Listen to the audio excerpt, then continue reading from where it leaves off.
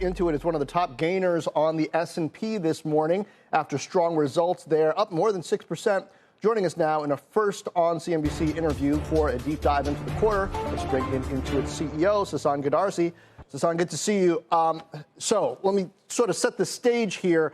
About half of 2022 revenue was from small business, a third from tax, and the rest Credit Karma. But tell me how things have changed over the past couple years, because subscriptions and the stability of the business overall seem to be a big theme this quarter. How has small business changed its relationship to running the business digitally?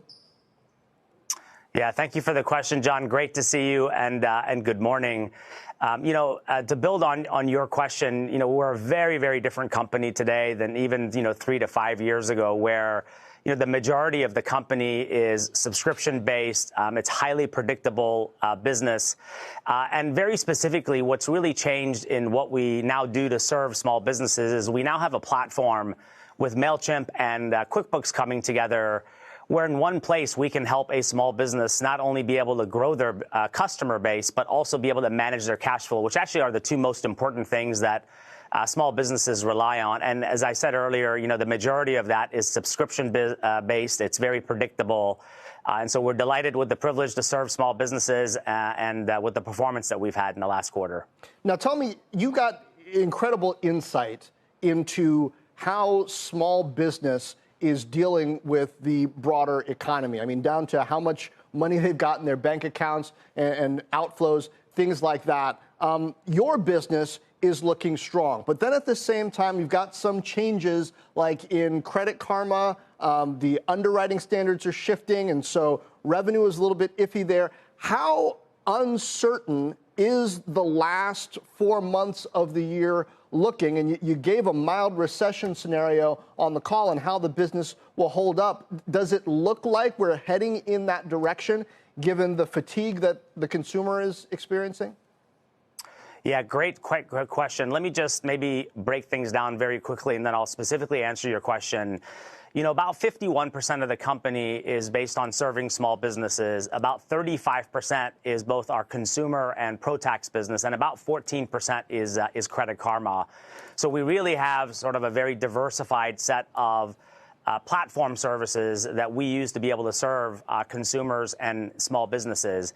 And in general, when we guided to a very strong fiscal year 23, we've taken into account what we see in the business's trends today. And very specifically around small business, I would break it down into two dimensions. One, small businesses do worry about the economy. With that said, their businesses are actually doing well. Consumers are spending. At the same time, their costs are going up, whether it's the cost of their supplies, whether it's the cost of their wages.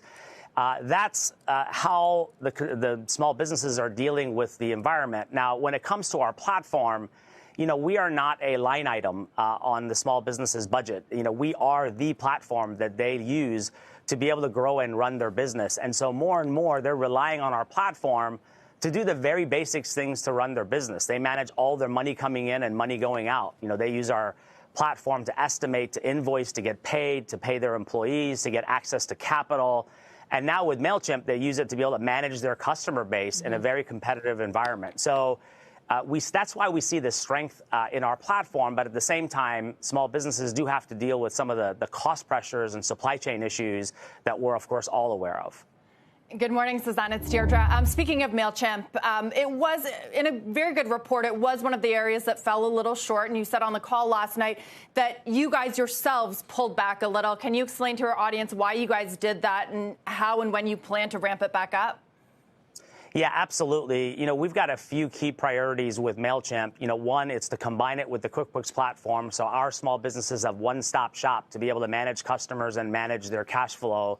And also it's to go up market to serve what we call mid-market customers. And then we have a huge plan for international because it's a great opportunity with MailChimp.